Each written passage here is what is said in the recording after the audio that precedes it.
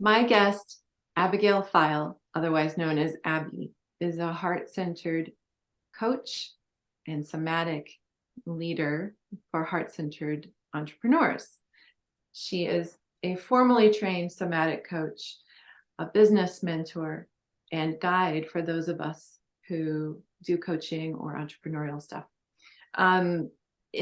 Just this year, Abby started an amazing community for entrepreneurs and coaches called Bay Society.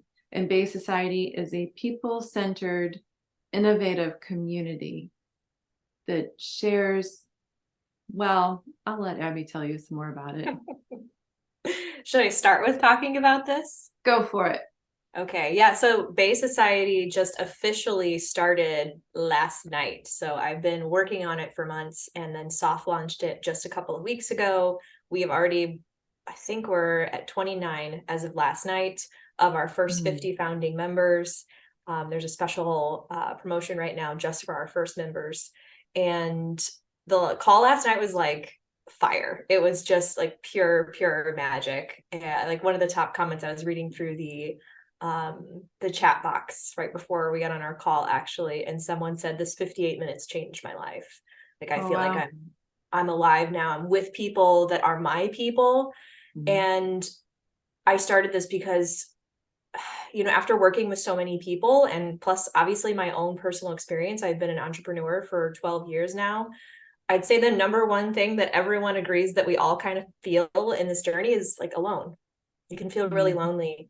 And we need other people to connect with and to share our stories with and to know that we're not the only ones struggling with this. We're not the only ones with these sorts of challenges. And we have resources that we can share with each other, things we can learn from each other. So my big vision for Bay Society was to first and foremost create a space where people could feel like they're connected and they can collaborate, but also where they can learn, because in the coaching industry, there's a lot of pay to play and you got to pay big to play. Yeah. And for new entrepreneurs, that is typically not very feasible. And we're one of the hardest industries to break into, just across all small businesses, any industry. There's about a 30% failure rate in the first 2 years. But that's dramatically changed when it comes to the coaching industry. If you are a coach or a consultant or a wellnesspreneur, your failure rate in the first 2 years is 80%. That's how much harder it is to break into this industry versus any other. And so like we need help. People are needing help, and a lot of them can't afford to hire me for support. They can't afford to hire most business coaches for support. And yet they need some of the basic information just to get started. So Bay Society is a space primarily to support those new entrepreneurs and also for people who are a little bit further on the journey, actively growing their business and want to plug into a network where they're going to find this is where we get referrals is from our network. Our network is our net worth. So having people that align with our values, know who we are, give a shit about the work that we're doing, they're going to refer people to you. And contributors within Bay Society also get to add value to the group, which means that they're directly pulling clients from the group as well. So it's a win-win model. It's definitely my passion project. I started as a second business in addition to, or aside from my business that I've been running the last 3 years, Vibrant AF, which is my personal brand for my private coaching and my small group masterminds. So this is like a whole new venture that I have been dreaming about for years. I was going to start something very similar to this in 2020, at the end of 2020. And timing wasn't right. It was just not the time for me to be pursuing that. The universe told me. The universe was like, this is the way. And then backed up that decision. Yeah. Definitely. And now it's just like, I feel this like just deep groundedness of like, this is what alignment and action looks like. I waited for the timing. I've trusted it. I haven't pushed myself beyond my personal capacity. I've been somatically supporting myself. And I've watched this grow mostly word of mouth. I've sent 2 emails about this, and the 2 emails that I sent produced 14 new members, but that's it. That's all I've done. I've shared it with people I've known. They've shared it with people they know. I'd say there's at least 7 new members who I've never met. They're not on my social media. They're not on my email list. I don't know them, but they know somebody who's in this space. And that is the power and the magic of our relationships. So it's really cool. I totally agree. Absolutely. It's beautiful. And it does get lonely for us entrepreneurs sometimes, and we do need just a place where we can bounce ideas off of each other or learn a little something. And the point that you made about, just starting out as a coach or a solopreneur, like the failure rate is so incredible because we're floundering, we're getting all these different messages, Oh and yeah. they're very intense. And sometimes, pardon me, sometimes they seem a little boy club-ish, like I love my male business coach friends, but sometimes it's a boys club, Yeah. and it's a very one certain type of thought process to get through and do the things. And what I love about you and appreciate about you is having this, you've got this ever evolving alternative thought towards business and entrepreneurialism. And you're ready to like start busting through some of this programming that we've all been receiving on how to business. Oh, and that is the key right there. There's so much programming around how to business. I love how you just said that. And so much of it, here's my personal philosophy and what I've seen directly is that anything works, everything works, but not everything's going to work for you. And finding the thing that works for you and your business is really a personal journey of authenticity. And that's something that is both an inner journey, but we externalize it through our businesses. Most people who are probably listening to this or care about a summit like this are people that give a shit about the work that they do. They really want to make a true impact on people. And it's also a personal liberation journey for themselves as well. They're offering to other people something that they've also worked through on their own. And a lot of times we're coming to these, we've come to this realization, I have something to share. I have something I want to contribute to the world. I see that it's needed. I needed it. Now I've used it. I want to share it with other people. And that's beautiful. But then we're programmed with how to business. And our programming for how to business is through this very capitalistic lens. Capitalism and business are two different things. The point of business is to share your occupation, your trade, your value, your service. The point of capitalism is profit. Two different intentions. And so a lot of people conflate capitalism business like they're the same thing when they're two very different things. Yeah. And we do live in a capitalist society. So I obviously help my clients make money. I run 2 multi-6-figure businesses. I've helped grow one company to a multi-million-dollar business. So I totally understand profits are important, but I think the key is that we don't want to be creating profits at the compromise of the people who are purchasing things from us, or at our own compromise, like compromising our own values or feeling good about the way that we go about it. And there's a lot of programming and messaging around the way that you should go about growing your business to produce profit. And it leaves people out of the picture completely. Well, and it burns out the audience to a great degree too, because they're tired of hearing the same messaging. They're tired of getting sold. Yep. So yeah, absolutely 100% all of the above that you just said. What's been really interesting about what you just said too, in my experience with Sharing Bay Society, is there have been a few people who are suspicious and cautious about this because they're so used to being sold on something that's high ticket. And I am a fan of high ticket, but it needs to be appropriate to what you're buying. Right. They're suspicious because they're like, what's the catch? Yeah. Where are you trying to catch me? Because what we're used to is win-lose situations, win-lose scenarios, because it's all about the power dynamics. Somebody gains while someone else is depleted so that person can gain. And that's the programming we mostly come to our life with, but especially once we get into the business world, that's it's like the water that we're swimming in. It's like an assumption that most people who enter the business world are like, this is the thing I just have to get used to. I just have to get used to this. Like I can try to hold to my values, but like I just have to, deal with this, put up with this, and figure out how to navigate it. And I don't believe that is necessary. I think you can definitely break the box and you can create something for yourself that really is a playground that's win-win for your clients and for yourself and still profit. And don't you think that some of it is some of that like suspicion comes from people just trying to like part the sea of coaches to find the ones that are truly authentic and not just putting up a front? Absolutely. I really think that is fair. I think it's really legit and it's very fair. I personally follow very few coaches. I used to have tons of people because, I first got into coaching. I'm like, I've got a long business background, but the coaching world is something I entered officially 3 years ago. I started dabbling it about 5 years ago when I was going through my somatic training. And I was like, okay, I got to come into this with like a beginner's mind. I can't just come in here and be like, yeah, I know everything because I've been running business. I run a multiple six-figure business, right? Some people do. Right. It's true. I think I definitely went a little too far in the humility side of things, and maybe too much of a student, because it was like an avalanche, like a fire hose of information.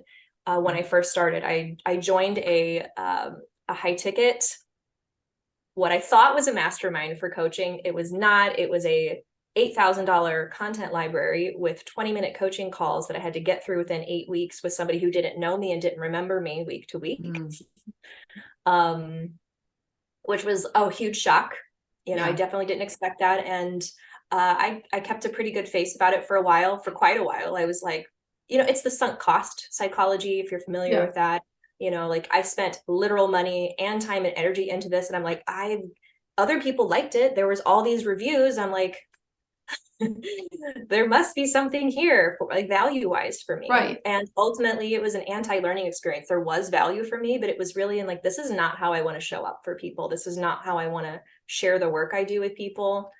And so I started following all these coaches. I started trying to find the people, that really I resonated with. And I had so many people on my Facebook. It's like everything, all my timelines were just filled with these coaches sharing these like crazy inspirational things and saying really extreme stuff to kind of get attention, of course. To kind of hook you in, right? Yeah. And a lot of times it really worked. But at the very beginning of this year, I went through some really personal and traumatic things with my family and my personal story, which I'm happy to talk about, but it's not relevant to this.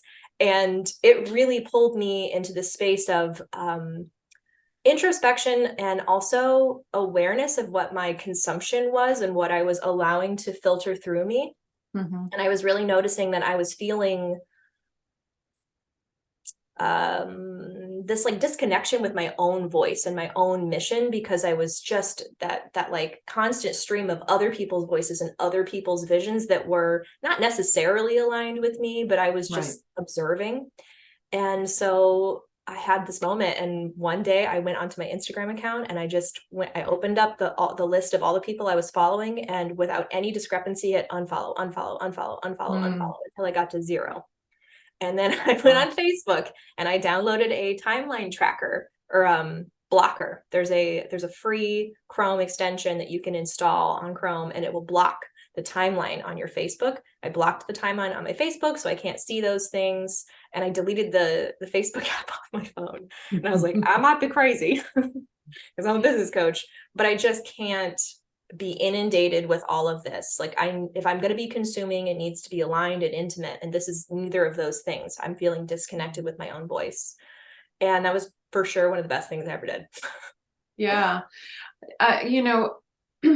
It's interesting. Like I can totally relate to the humble train, because it's a lot for me to step off that. Yeah. But I'm working on it. I'm a work in progress. But I also wanted to address what you were saying, like, with all the messaging that we've received, like how to business and stuff, like, what would you say the biggest myths are that entrepreneurs are told about marketing business online? Oh, the number one is that social media is the master key. It is not. Yeah. I think the best analogy I've ever heard about that is like social media is rental property. Your website is your home. Amen. And so is your email list and anything else that you own content wise. There's a lot of things to explore and unpack with that, but I think it's something that coaches and consultants especially really need to hear this, because if you are on social media, most of us are, and you get into the coaching world, what are you probably going to do? You're going to probably follow some coaches who are succeeding. And guess what? How did they succeed? Well, they succeeded via social media. And so you assume unconsciously that is also the way to do it because they're telling you that is the way to do it. But the facts don't tell that story. So if you go to the Coaching Federation's website, you look at all of their up-to-date stats on the coaching world, how things typically work. So we're a $15 billion industry. And to break it down for you, about 10% of that $15 billion is generated through social media. Only 10%. Well, That the means, algorithms always change, so we're either, sometimes we're seen a lot and sometimes we're seen hardly at all. And, there's this new trick of putting the link in the comments instead of in the post. And like, there's all kinds of like these ever changing list of rules and nuances to be apprised of. And I think my quote that I said was from Marie Forleo. She's just like, social media is great for conversation. That's where yeah, you nurture those relationships, but that's not where you do business. You do no. business with your website, and that's through your email list. Yeah, and there's other ways to do it that I like to talk about, but the first place that anybody can start with a strong email list and having some kind of website. I also want to share that like it isn't necessary to have a website in the beginning. I operated without a website and generated multiple six figures without one for Yeah. 3 years. So it Yeah. isn't something that you absolutely have to have, but you do need something that will allow people to almost like a portfolio, not that extreme, but something that allows people to come into your world and then binge a little bit, which can be on a Yeah. website, it can be on a blog, it could be a podcast, it could be your YouTube channel or a Vimeo, something that allows people to learn more from you. Which Yeah. for a long time, I actually did use my Facebook timeline for that. It was probably not the best thing. And I also had a private Facebook group, which is another great place for people. But I've shifted my strategies because the long story long is, like you said, it's still rental property. And things Yeah. are always changing. Like the algorithm has changed and my posts don't get seen as much. Like I can look and see if they've been seen, and they're literally not being seen at the same rate that they were last year. But sending emails out does work because people do have that moment of more undivided attention. Like when we're on social media, we are the product, right, of social Mm-hmm. media. And so like Right. they're asking more people to interact and to get on there, right? And it's just full of noise. And so when I'm on social media, I'm not really there for, I really don't get on there very much anymore, actually. But when I'm on there, it's not for that sort of thing. It's not for business. I'm not there to go shopping. I'm not there to find the next offer. If I happen to see that there's an offer, I might be in the grocery store line, or I might be, it's the end of the night and I'm tired and I'm just trying to like, unhook Decompress. my brain right now and just see what everybody Yeah. else is up to or something. And I'm Yeah. not really in a buying mood. But when I'm checking my email, I'm doing that on purpose. Hmm. I'm checking my email on purpose. When I'm listening to a podcast, I'm doing that on purpose. I'm probably washing my dishes. I'm on a walk. I'm folding my laundry. I'm doing something where I'm allowing myself to absorb this information and I'm spending intimate time with that person listening. Same thing with like a YouTube video or something like that. It's much more And intentional. It seems yes, like it's much more intentional when they're reading something that you wrote or listening to something that you created. Yeah. yeah, it's really just evergreen. When we publish something on social media, it has the average shelf life about 24 to 48 hours of relevancy. Mm. So when you have something really valuable to share, you can share it on social media, but know that if nobody sees it, or whatever interactions it's going to get are going to be in that first, day or two. And after that, it's not going to hold relevancy anymore. People aren't going to be seeing it, liking it, or interacting with it necessarily. But if you publish this on another medium, in another format that offers SEO, especially like your podcast will allow SEO, a blog will allow SEO. Those Mhm. things have a shelf life of a year to 5 years or more, depending on the topic that you brought up. Especially if it's like coaching industry stuff, it's Yeah. probably really human and like it's not going to get outdated. Maybe you might change your mind, but the point is you can create content that has a long shelf life, that you're able to preserve it and also continue to reuse it. So that effort that you put in to create it in the first place, you can repeat the benefit of it, the value, you continue just to grow in value. Whereas the things that you post on Facebook or Instagram or even TikTok have diminishing returns over time. Oh, that's really good information to have. And so, I'm a virtual coach.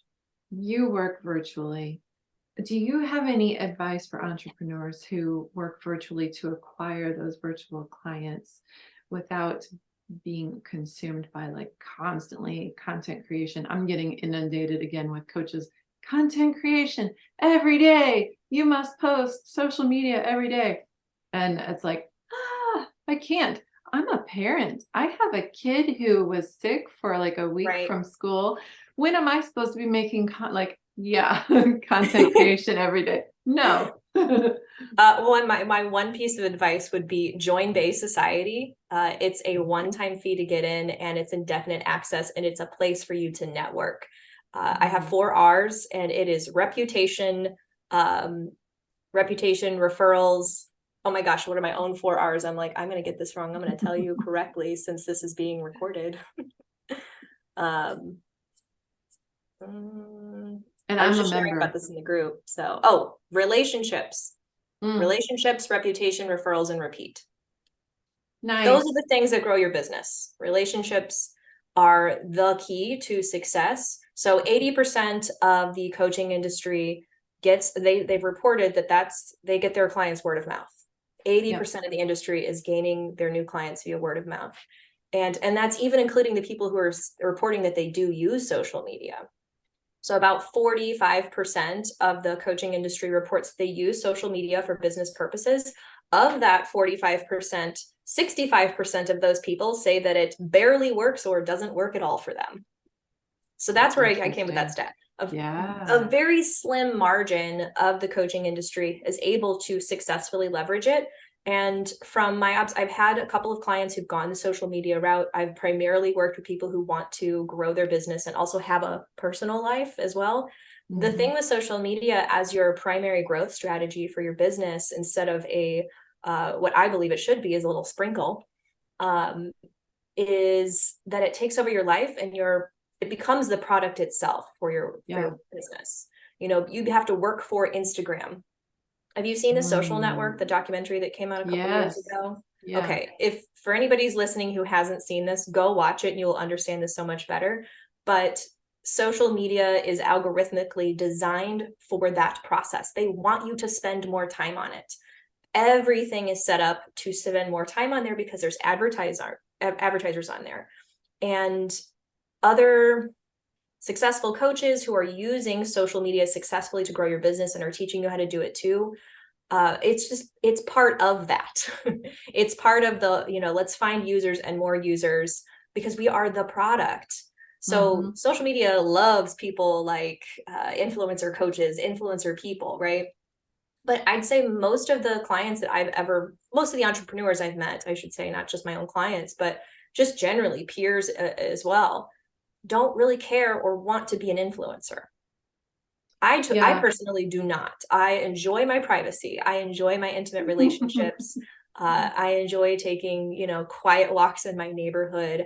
And I don't want to carry my phone and be like, I'm on this quiet walk in my neighborhood right now. Right. Yeah. Every once in a while, I like it documenting it, but I don't enjoy feeling any sort of obligation to document that. I don't need people to see what I'm doing in order to feel like it was worth it or it was fulfilling. Right. And I also know that it doesn't further my business. So I think that a lot of people believe unconsciously, because it's part of the how to do business programming, that they need to be doing this. They feel beholden to it, like it's a lot of work. And it's another full-time job that they're trying to add on top of their business that is so unnecessary.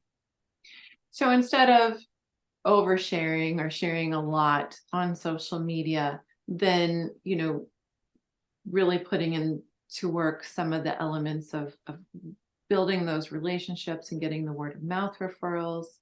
Do you have any advice on how to get those word of mouth referrals a little more easily, readily?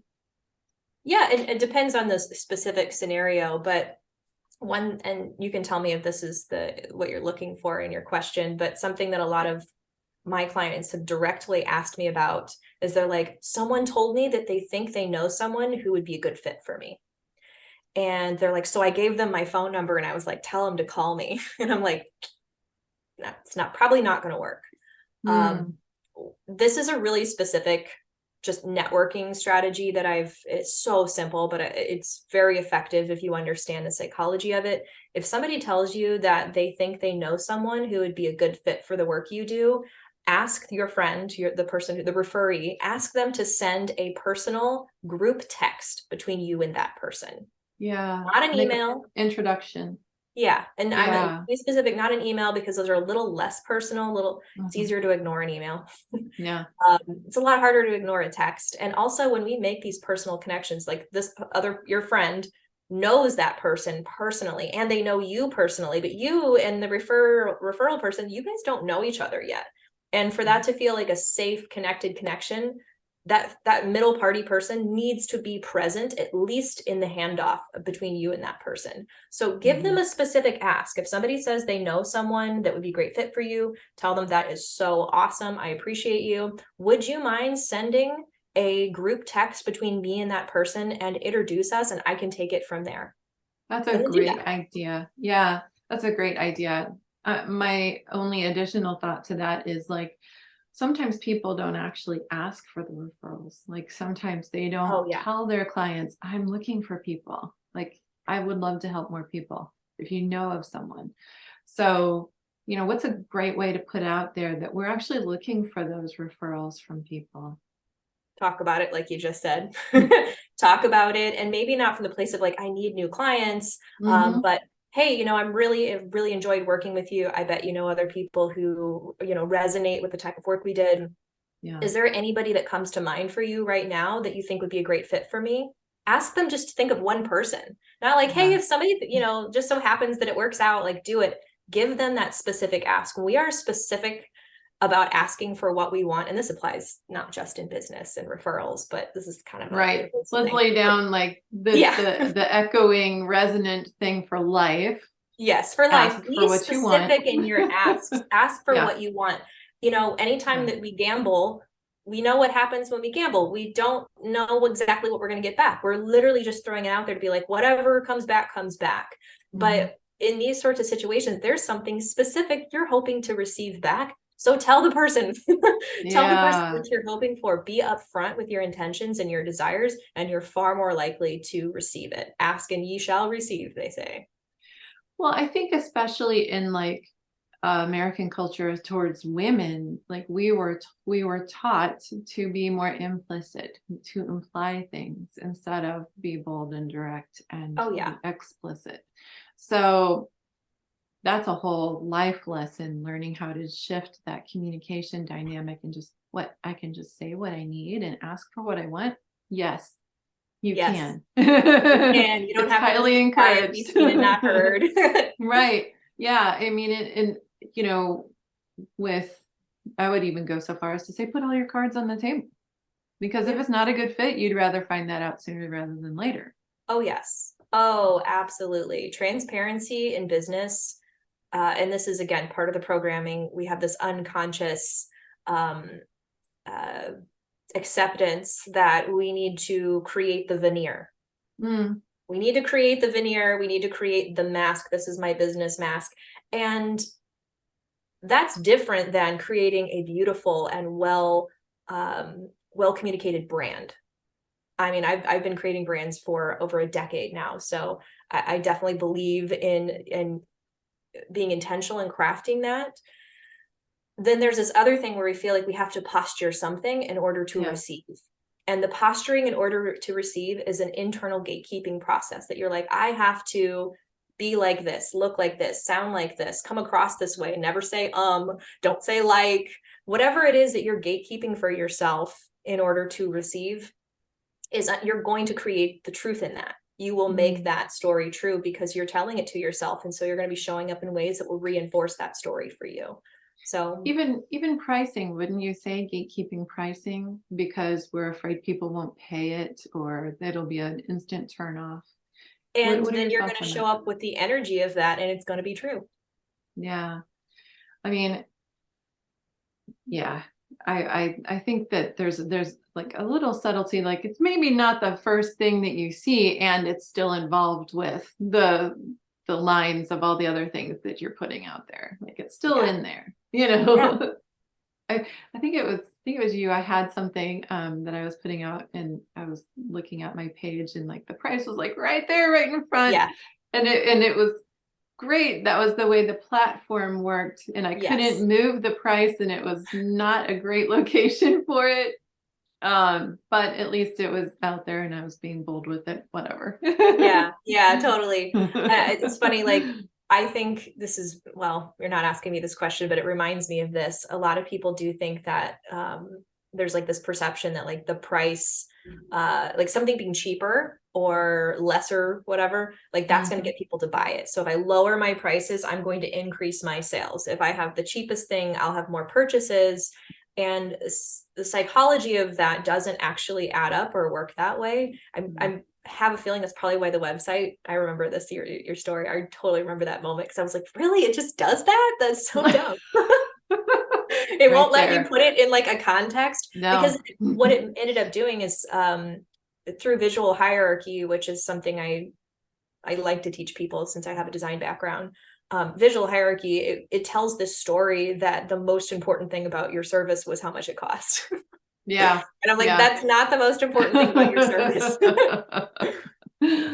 Well, and I appreciated your feedback on that for sure. I was really trying to figure out how to get that to change, but I moved on. I moved Yeah, on to gotta another. solve another problem for another day. So moving forward into creating new in the business world and specifically in the online business world, like what's your personal vision of that? My personal vision is autonomous collaboration.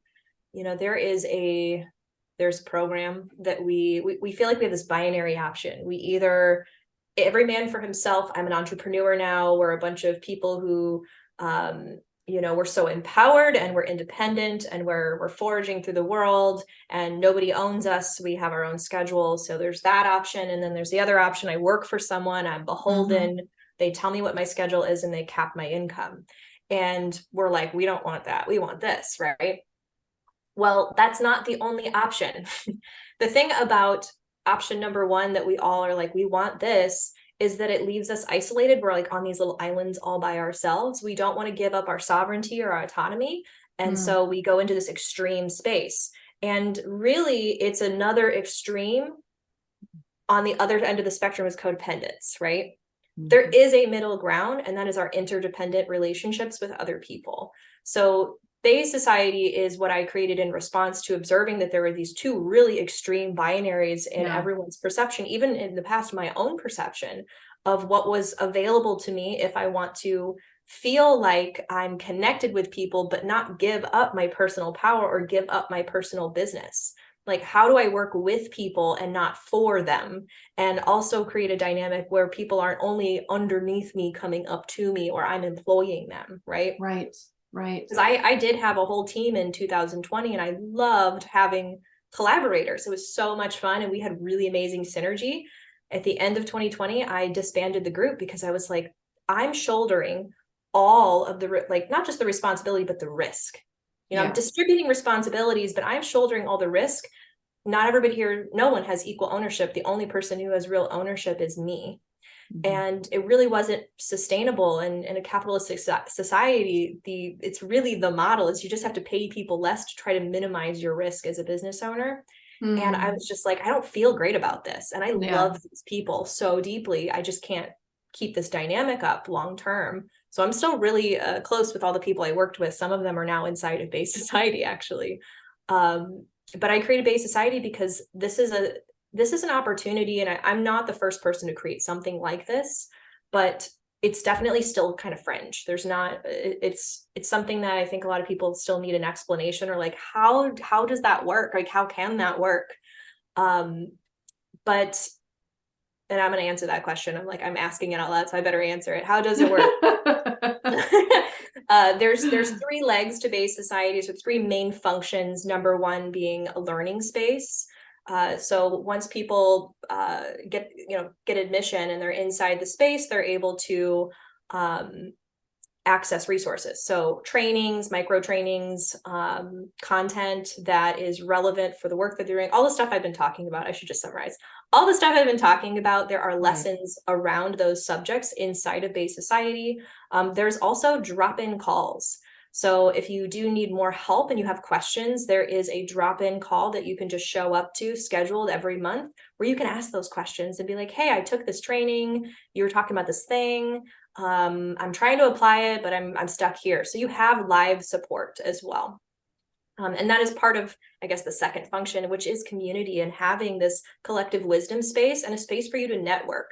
Again, your network is your net worth. So the people that you know and that you spend time with, you commune with, are going to determine the outcome of your life, not just your business, but of your life. So if you are hoping that your business has success, probably smart to connect with other people who care about you, who are also in the same pursuit and want to see you further as well as themselves. And want to share resources with you. So I the love community that. aspect of it is huge. The whole idea of interdependence is where it's at, really. I mean, even in the context of networking, we develop those relationships, we sell through our networking partners, not to our networking partners. And they may buy, but that's not the point of it. And we mutually love and support each other. This whole country has got this relationship with toxic independence, and it's a bootstrap, I'll do it myself, I'm independent, you better do it on your own kind of mentality. But really, we're these creatures that grew up all huddled together in a cave trying to help each other survive. And so, right? So it's like, let's just drop the cowboy, because that's not sustainable, it's not functional, not healthy. And let's call in each other. Even if we've been hurt in the past, doesn't mean we're going to get hurt again. Let's be bold, let's be brave, let's be discerning, but let's be interdependent and supportive of each other. Yes, these values are things that I've held for a long time. And I think the thing that we're all looking for is containers to hold our values. And because we live in this capitalistic society, it's hard to see what it could look like to have a container that would hold all of that. Right. And, so the third function of Bay society is the autonomous collaboration model that I thought I developed after some research. I'm like, okay, I was not the first person who thought of this, but I thought I was for like a week. But the autonomous collaboration model is that other contributors, I'm not the only person serving this community, and that there are a multitude of ways. So right now, there's a few ways that you could be a contributor inside Bay Society. You can be a community mentor. You can create side quests, which are paid opportunities, and you can also work on a summit team. So we are producing summits as a group. You participate inside of this, and it's equal profit sharing. So if you are a part of a community operation, we build something, we offer it to people, they buy it. We split the profits evenly, which profits is after our expenses, obviously, with those of us who worked on it, who are on that team. So there are ways to make money as a Bay Society member, but it's not the primary function of being there, but it is an option. If you want to give back to the community and give back to the world, you can work with the people here, people that like you, know you, trust you, want to do things with you. And that's something I think we don't have very many avenues to do something like that as of right now. I've been looking and waiting and wanting something like this, and finally got to that point. I finally got to that point where I was like, I think I just have to create it. If I want this, I'm going to have to make it happen. And I think that's probably one of the things that sets most entrepreneurs apart, is that we're out there, we're like, I'm seeing what I want. I'm seeing what I want in the world. And maybe you've spent some time waiting for to find it. And you finally get to that moment where you're like, I just have to make it happen.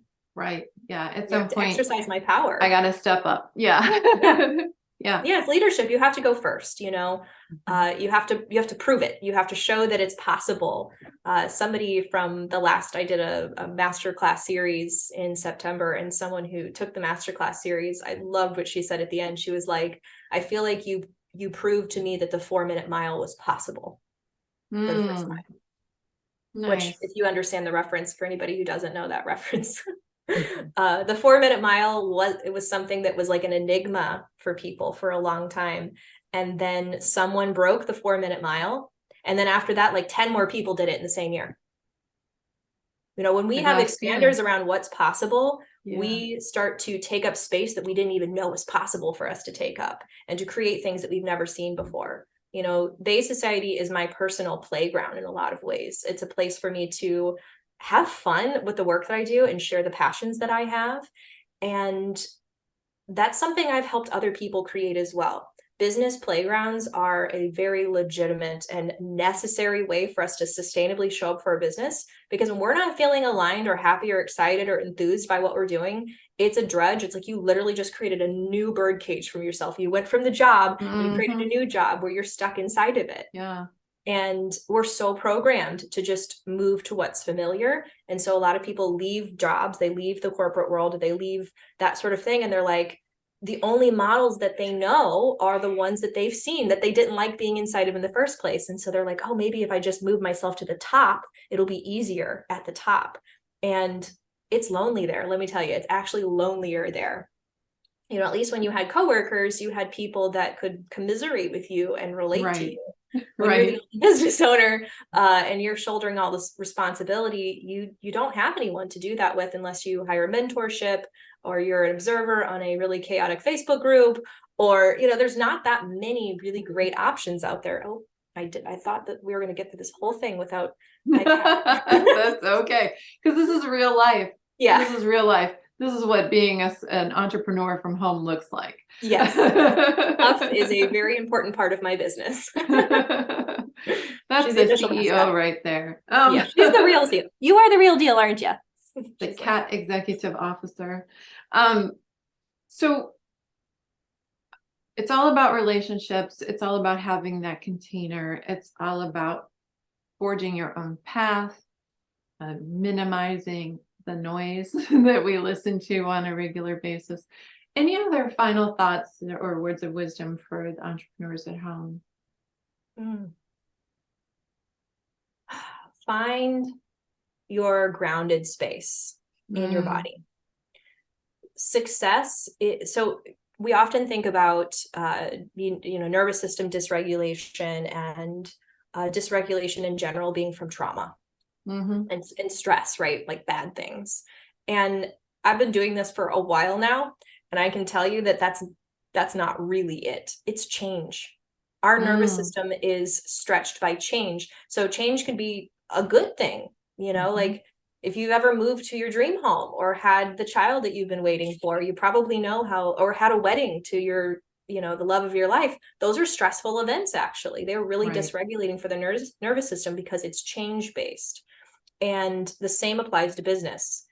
I had a client years ago who made 10 grand in the first 3 weeks of working together after she'd been used to making like $1,500 a month or maybe $2,000 a month. So she like 10x'd her income just by changing her business model. And I was so happy for her and excited for her. And we had so much regulation to move through after that. It was massive dysregulation because it was not something that she was prepared for. She was like, oh my gosh, I'm questioning, I'm not sure. And I've seen this happen. I've had it happen to me. I've seen it happen with other people, that we have a success, and the success, one, it doesn't bring you what you think it will be most of the time. A lot of people are still, they're like, oh, I'm on my self-love journey. And I'm like, you're still trying to prove that you're lovable by accomplishing things. And you make the money, you hit the goal or whatever it is, and you're still the same person, and you still feel like, meh, afterwards. And that's unfulfilling. And your nervous system is like, we just did all this stuff. What's going on? Everything's different. Like you get a lot of clients, you make a lot of money, whatever the change is, it's going to cause dysregulation, most likely. You know, even sharing something vulnerable on social media can be very dysregulating for you. And having a practice of nervous system regulation, even having just education on what nervous system regulation looks like, allows you to stay mentally and physically healthy on the journey. And that is, to me, that is the master key. So earlier I said social media is not the master key. My opinion is that this is the master key to growth in your business. Is you've got to be able to have the capacity. And so nervous system flexibility increases your capacity to tolerate change and to tolerate change in a way that is going to allow you to show up for it, you know?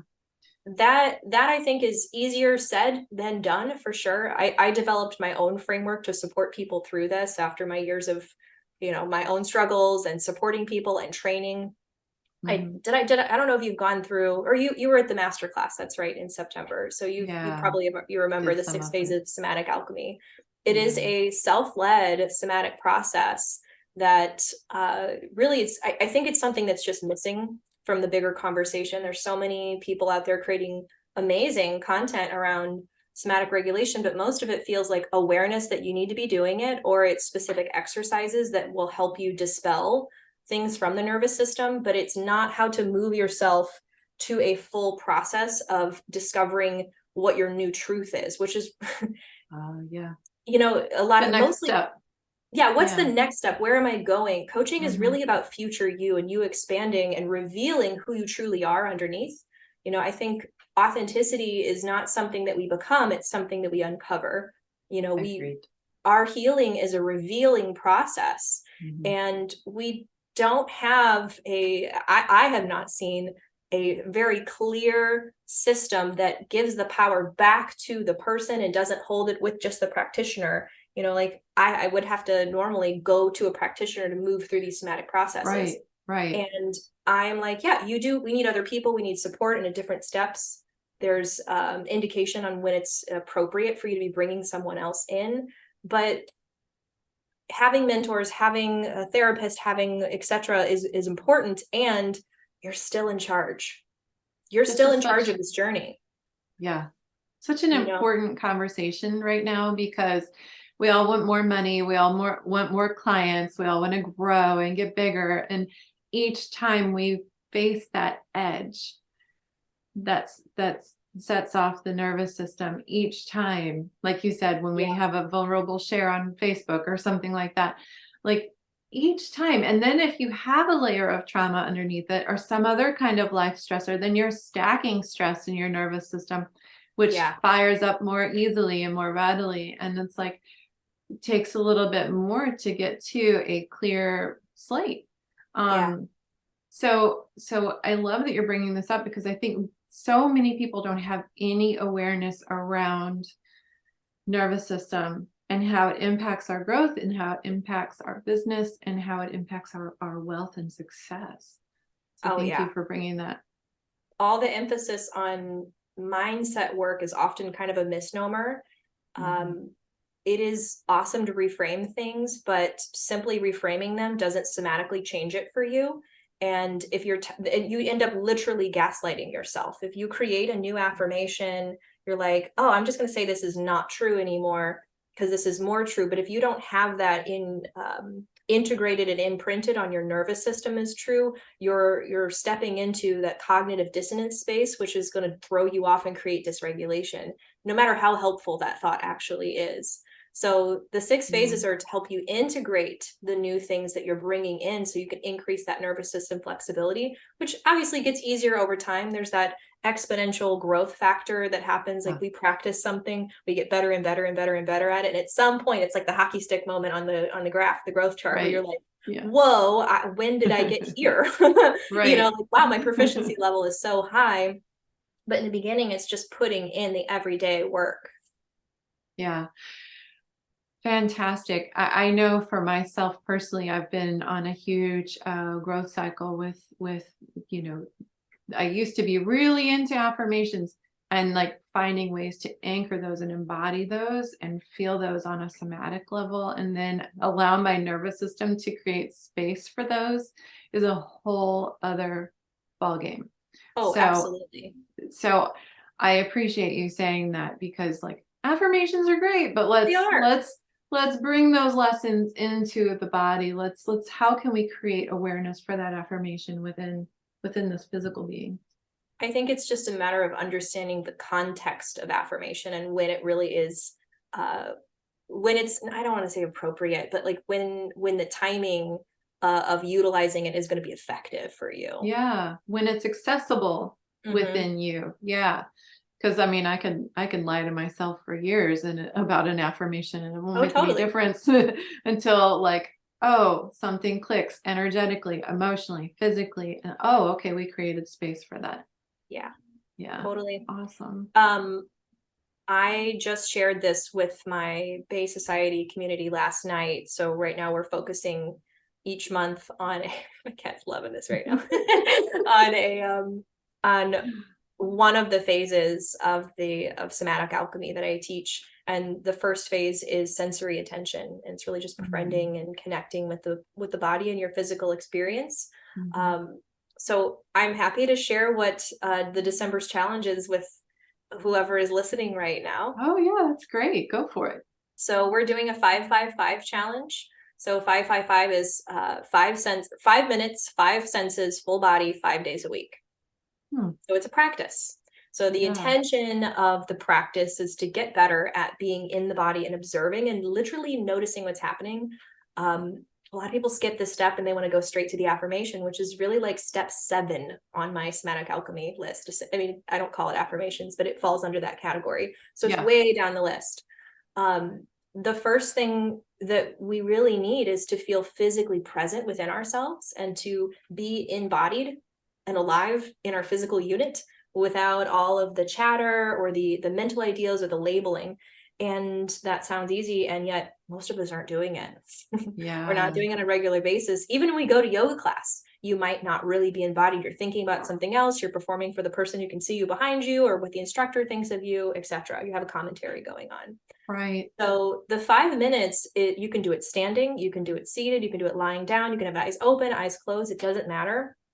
But it's becoming hyper present for only 5 minutes. You know, it's not a tall order. It's simple, but it's not necessarily the easiest thing to do, to be present with ourselves. Just noticing what's happening in the body, noticing your sensations, the subtle ones, the energetic. Sometimes there's like really subtle things that are going on that we're not aware of until we get quiet enough to pay attention.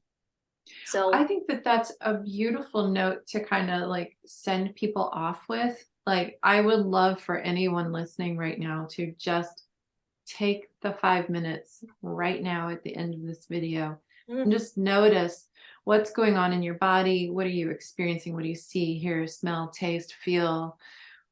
What subtle currents, maybe? What subtle senses you're experiencing? I would love for everyone to experience that right now. Thank you for prompting that, Michelle. So much. Thank you. No, it was wonderful. I felt it in my body when you said it. Right? Yeah. Part of the magic. Yeah. Thank you, dear heart, for sharing Thank you. much, and blessings to you. Take good care. Thank you for inviting me, and thank you for listening.